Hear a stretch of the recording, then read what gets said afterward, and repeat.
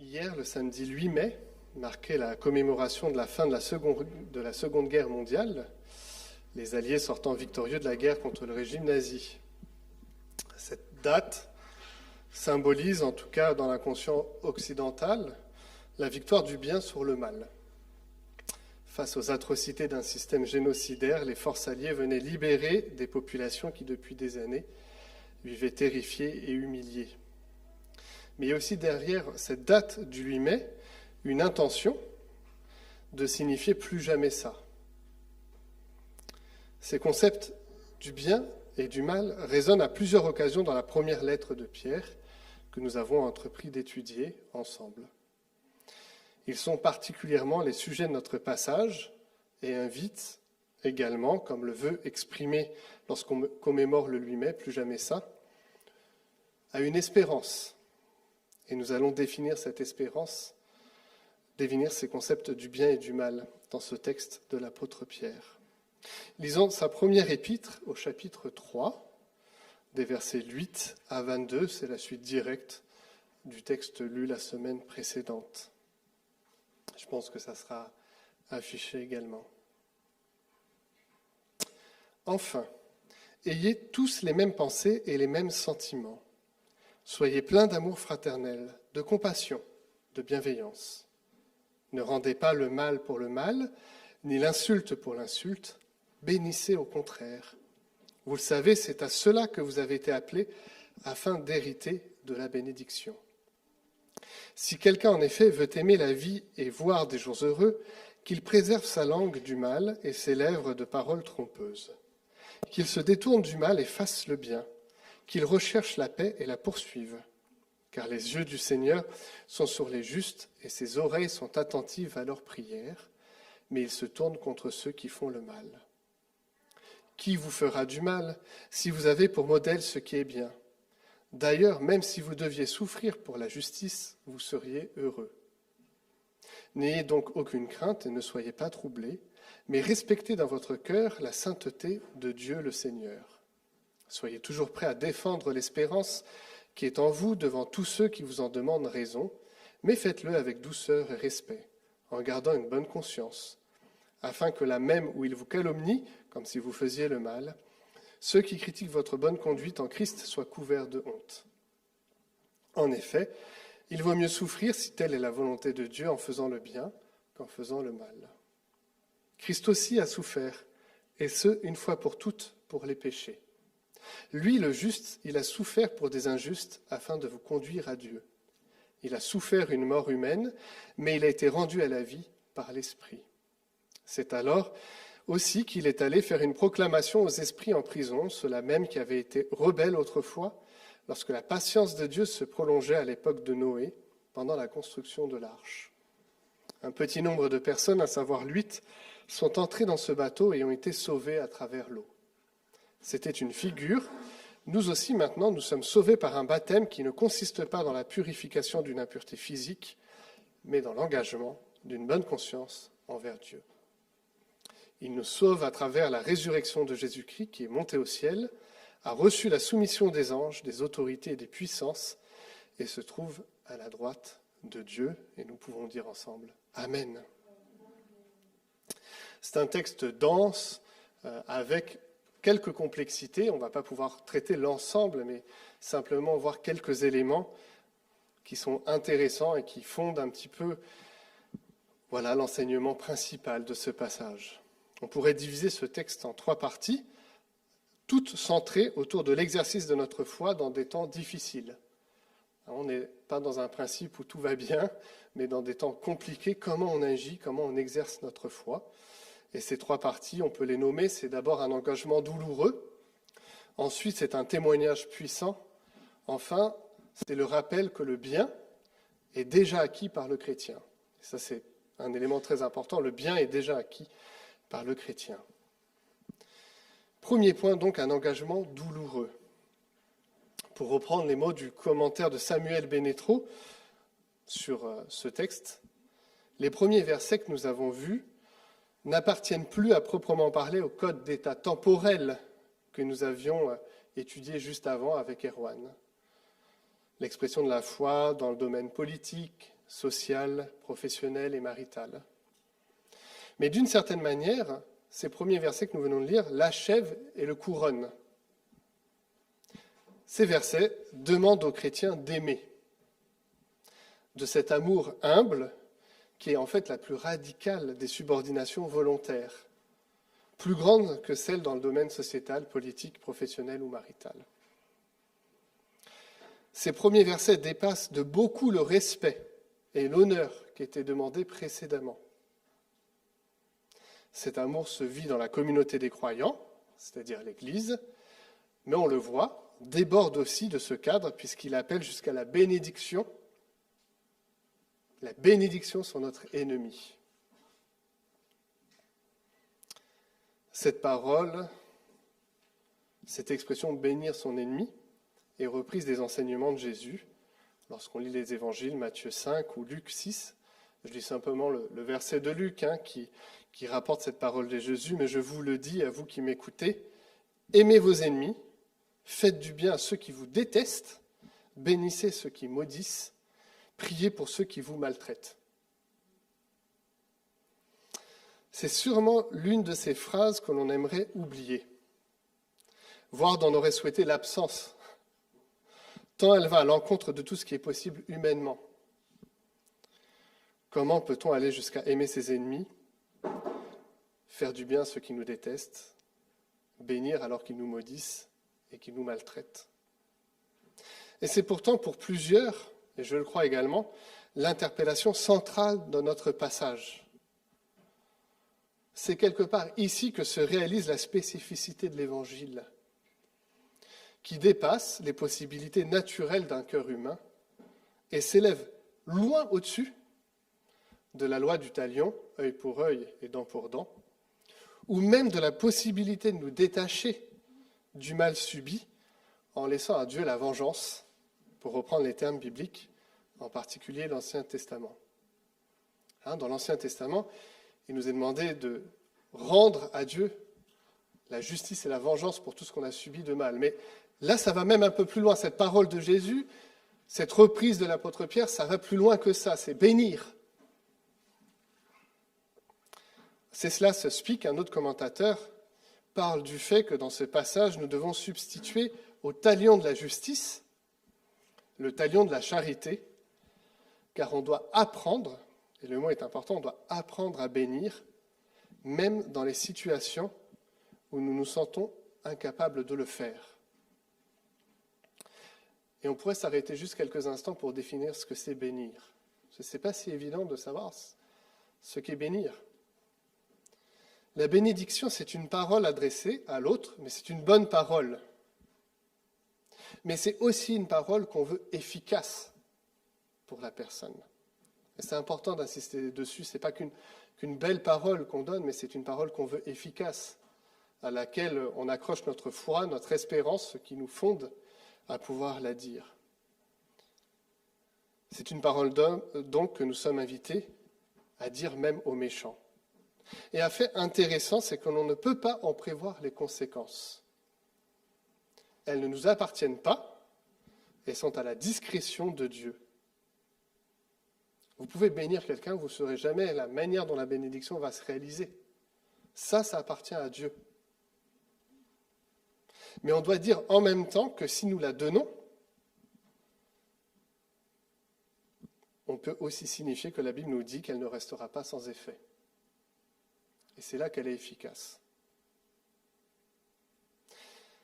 Alors, vous dire ça du haut de la chair, c'est assez facile, hein ? Mais dans le contexte, lorsqu'on souffre, lorsqu'on est meurtri, lorsqu'on a subi le mal de la part d'autres, c'est parfois très délicat d'avoir une parole de bénédiction. Et je crois qu'il faut se raccrocher à ce qu'on a dit précédemment, ça nous dépasse. C'est au-delà de nos capacités humaines. Malgré tout, c'est possible. Et j'aimerais vous lire un article trouvé dans le journal La Croix. Après les attentats parisiens du 13 novembre, le groupe Facebook « Adopte un soldat de Daesh » a connu un succès fulgurant. Passant en quelques jours de plusieurs centaines de membres à plusieurs milliers, la page propose d'adopter dans son cœur un djihadiste et de prier pour qu'il se convertisse. L'idée vient d'une jeune femme de 30 ans, Céline, qui s'étonne encore de la tournure prise par son initiative. J'avais moi-même fait l'expérience de prier pour mes ennemis dans mon cercle familial, et j'ai dû mener un douloureux travail personnel ainsi qu'un long chemin de pardon envers des personnes très proches, raconte-t-elle pudiquement. Touchée par les événements en cours au Moyen-Orient, la jeune femme qui vit à Paris décide alors de lancer une prière pour ceux qui représentent aujourd'hui les ennemis publics numéro 1. Face à la haine dénuée de sens, la prière est pour beaucoup la seule réponse, décrypte Laure, internaute et psychologue de 29 ans, qui, elle-même, a décidé d'adopter un djihadiste. Comment on peut réagir face à une telle initiative ? N'est-elle pas l'expression de quelque chose qui nous dépasse, alors qu'humainement, tout nous appelle à réagir autrement ? Mais le témoignage de Céline a bouleversé des milliers d'internautes. Et sa foi a entraîné d'autres hommes et d'autres femmes à prier pour les djihadistes, à offrir une parole de bénédiction pour eux. Vous vous en doutez, la page a suscité beaucoup d'incompréhension. Et parfois, elle a eu des réactions très hostiles à cette initiative. C'est là que j'aimerais continuer la prédication. Cette bénédiction que nous donnons, c'est un témoignage irréfutable de notre foi et un témoignage puissant. Derrière l'amour impossible qui se manifeste par la parole de bénédiction et la réponse par le bien au mal, se vit notre témoignage le plus fort, le plus incroyable, qui ne peut laisser le monde, souvent hostile, indifférent, et le confondre dans sa manière naturelle d'être. Comment ne pas réagir à l'initiative de Céline, mais comment ne pas réagir aussi à la lecture des évangiles, à cette demande de Jésus crucifié et souffrant pour nous. Père, pardonne-leur, car ils ne savent pas ce qu'ils font. Père, pardonne-leur, car ils ne savent pas ce qu'ils font. Ou par l'accueil de Jésus à Pierre, alors qu'il l'a renié 3 fois. 2 exemples parmi tant d'autres de l'amour incroyable du Seigneur pour une humanité qui jusqu'alors l'avait rejeté. Lorsque Pierre annonce qu'en effet il vaut mieux souffrir si telle est la volonté de Dieu en faisant le bien qu'en faisant le mal, il a sûrement une conscience aiguë de l'exigence qu'il vient de poser et qui dépasse l'entendement, puisque dans le contexte, les chrétiens auxquels il s'adresse sont en train de souffrir de procès, le fait d'être dénigrés, parfois même dans leur intégrité physique. Il rappelle alors l'œuvre de Christ, et on revient au fait que si l'Église peut être souffrante, c'est que Christ a également souffert, mais qu'il en est sorti vainqueur. La résurrection a eu raison de la souffrance et du mal qu'il a dû subir. Et l'apôtre utilise un exemple assez difficile d'accès au lecteur que nous sommes ce matin. Il utilise le genre apocalyptique, assez connu à l'époque. Il raconte l'œuvre de l'Esprit au temps de Noé. Et on se demande même pourquoi ça arrive dans le texte à ce moment-là. Il faut se rappeler que ce temps était marqué de façon particulière par la propagation du mal. Si on relit dans le livre de la Genèse au chapitre 6, voici le constat de l'Éternel. L'Éternel vit que tous les hommes commettaient beaucoup de mal sur la terre et que toutes les pensées de leur cœur se portaient constamment et uniquement vers le mal. Dieu regarda la terre et constata qu'elle était corrompue, car tout le monde avait corrompu sa conduite sur la terre. Ça, c'était le constat à l'époque de Noé. Pierre prend cet exemple où la corruption est maximale, totale, pour signifier que la résurrection a marqué la victoire du bien sur le mal. Et que l'Esprit de Christ qui était sur Noé s'est adressé à ces hommes et à ces femmes, à une parole de bénédiction pour eux. Ils n'ont pas voulu changer. Alors Christ est venu proclamer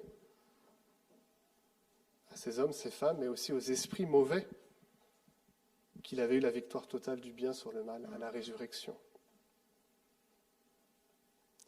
Je crois que pour ma part, on peut avoir une démarche de bénédiction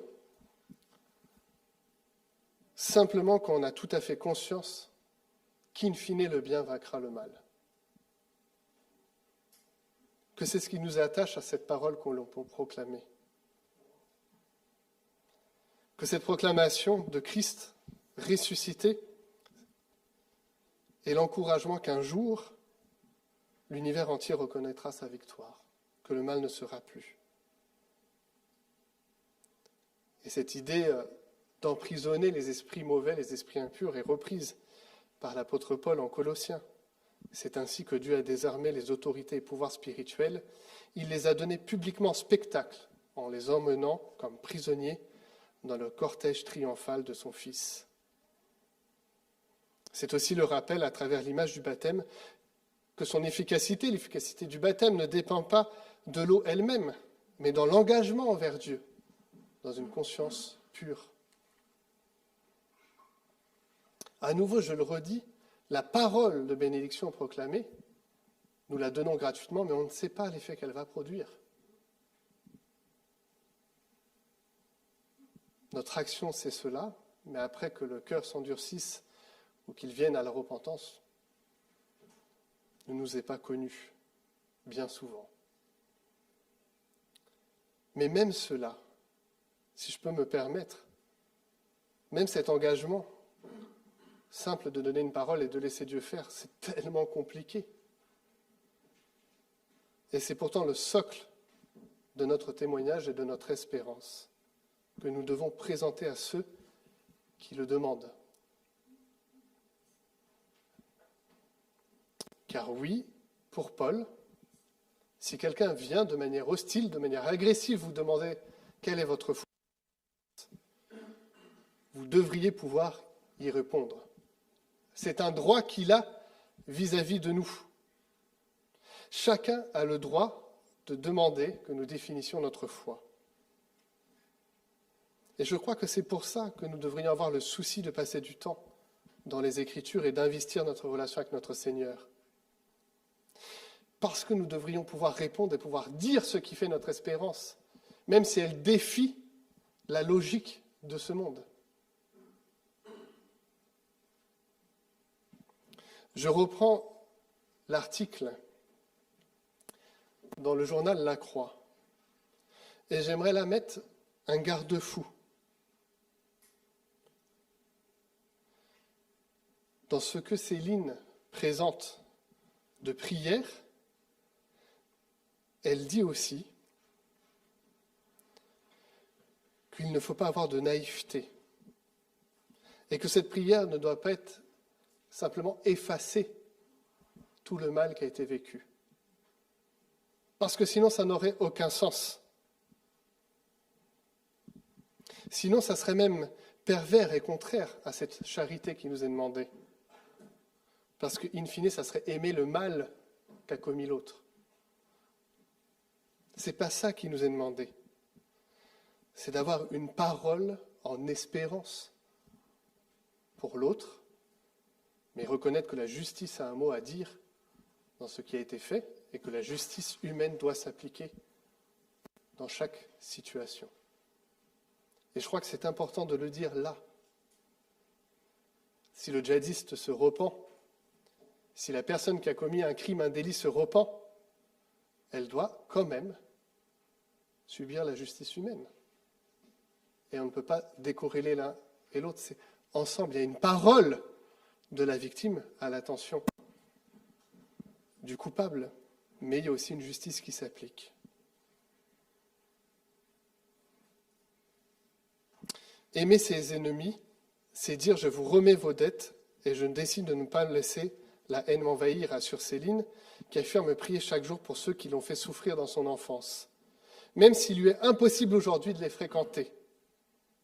Ils sont trop nocifs, précise-t-elle. Mais aimer ses ennemis, ça ne veut pas dire qu'on va faire des bisous à tout le monde.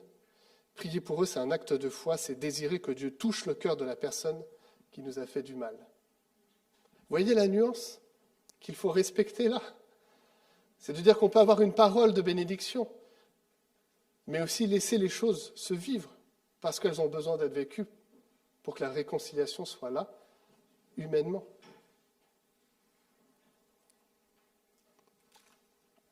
J'aimerais vous citer un second exemple et passer une vidéo pour cela, qui pour moi aussi est un exemple frappant où quand le mal nous a touchés, la réaction du chrétien est appelée, je crois, à être extraordinaire, même si terriblement exigeante.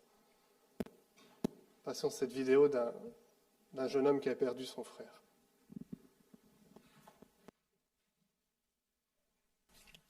I don't know if this is possible, but can I give her a hug, please?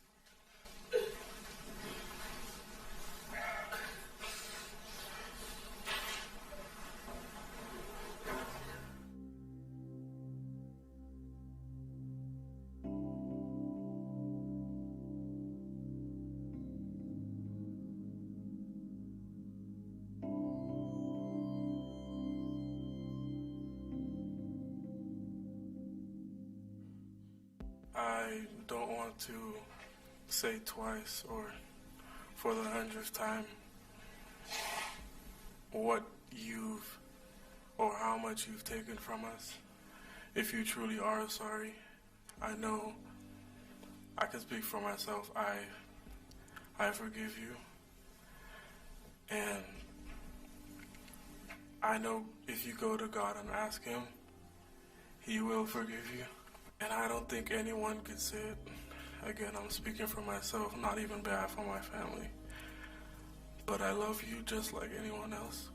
I don't even want you to go to jail. I want the best for you.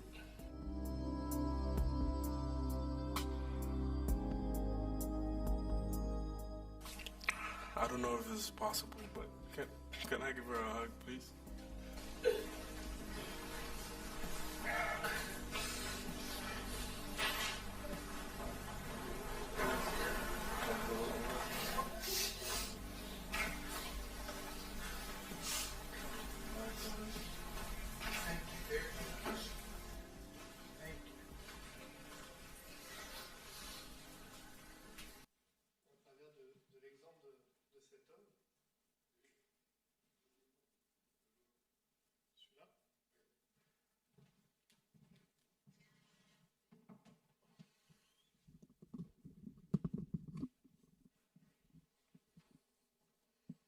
Je disais simplement qu'à travers l'exemple de cet homme, il y a quelque chose qui est signifié de l'Évangile et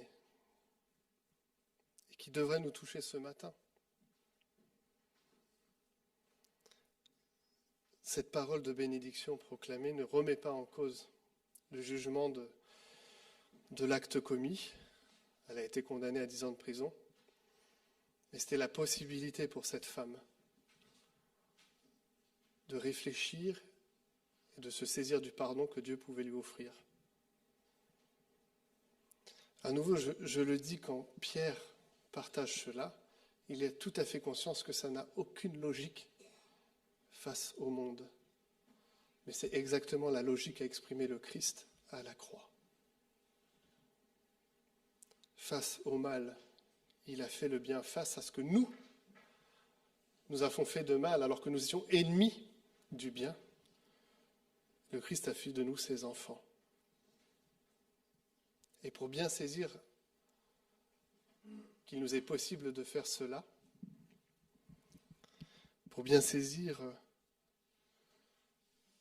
que le Seigneur nous aide et nous assiste, il faut se saisir du troisième point. Le bien est déjà acquis par le chrétien.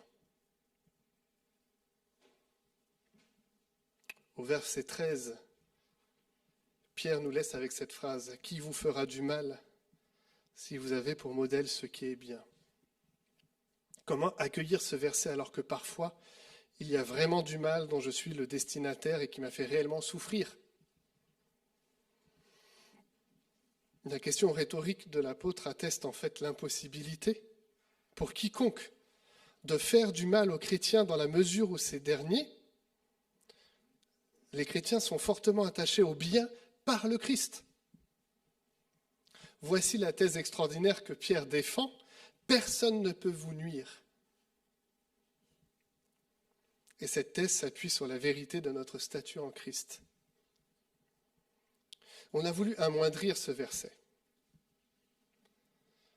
On a souhaité, par exemple, le limiter à l'impossibilité de nuire au domaine de l'intériorité du chrétien. Le chrétien ne pourrait pas être atteint dans la sérénité et dans son espérance, quand bien même il aurait à subir des choses terribles. Mais je pense que ce n'est pas ça dont il est question, parce que j'ai envie de vous dire qu'on peut toujours briser un homme, y compris dans son moral, y compris dans sa psyché.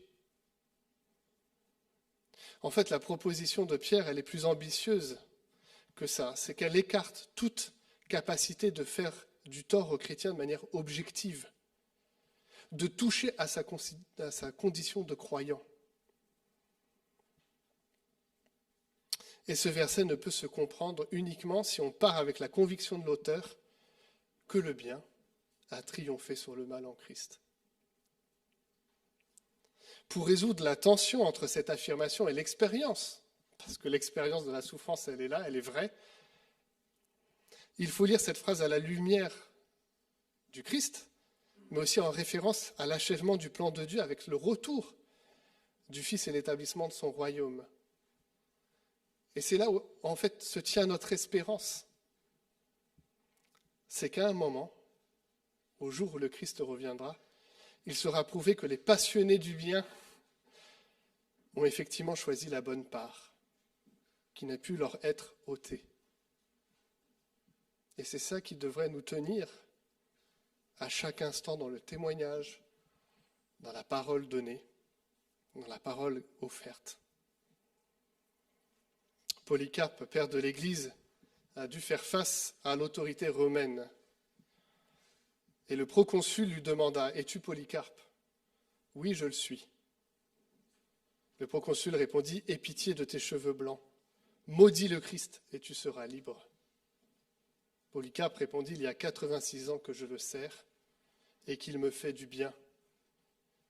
Comment pourrais-je le maudire, toi qu'as-tu fait ? Il est mon Créateur, mon Roi et mon Sauveur. » Cette parole proclamée de Polycarpe, c'est la conviction que son statut ne changera pas. La conviction qu'il a déjà la liberté et qu'il ne la recevra pas en maudissant le Christ, mais bien en y demeurant. Alors le texte aussi de Paul peut résonner ce matin, et je crois qu'il est important de le citer, puisqu'il fait une correspondance magistrale avec l'ensemble de ce que nous avons vu, et qui peut nous permettre de tenir dans les moments délicats, dans les moments difficiles, dans les moments où nous sommes dépassés et pourtant appelés à faire le bien. J'estime que les souffrances du moment présent ne sont pas dignes d'être comparées à la gloire qui va être révélée pour nous. Que dirons-nous donc de plus si Dieu est pour nous? Qui sera contre nous? Qui nous séparera de l'amour de Christ? Serait-ce la détresse, l'angoisse, la persécution, la faim, le dénuement, le danger ou l'épée? Au contraire, dans tout cela, nous sommes plus que vainqueurs grâce à celui qui nous a aimés. En effet, j'ai l'assurance que ni la mort, ni la vie, ni les anges, ni les dominations, ni le présent, ni l'avenir, ni les puissances, ni la hauteur, ni la profondeur, ni aucune autre créature ne pourra nous séparer de l'amour de Dieu manifesté en Jésus-Christ notre Seigneur. C'est ce qui fait notre joie ce matin, et c'est ce qui nous permet de dire avec l'apôtre Pierre, « Heureux êtes-vous ».